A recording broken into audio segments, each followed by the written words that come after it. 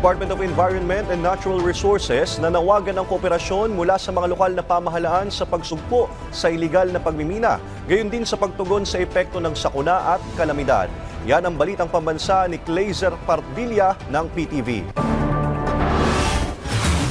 Ipinanawagan ng Department of Environment and Natural Resources ang mas matibay na kooperasyon katuwang ang mga lokal na pamahalaan sa mahigpit na pagbabantay ng mga minahan sa kani-kanilang lugar.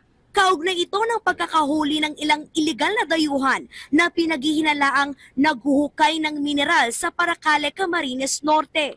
Ayon sa DENR, nakasisira sa kalikasan ang mga small-scale o maliliit na minahan.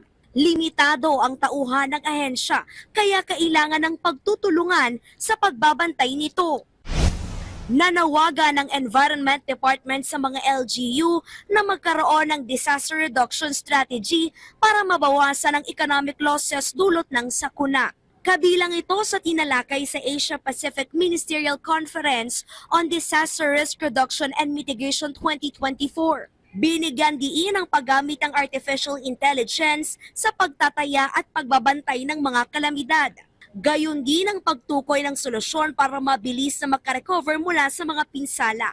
Sa datos ng Office of the Civil Defense, papalo sa 250 ang naranasang sakuna noong 2022. 90 rito ay natural hazard.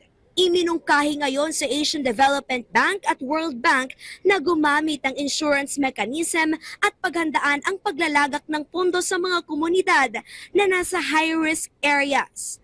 4,000 mga delegado mula sa 39 na bansa ang lumahok sa naturang pagpupulong.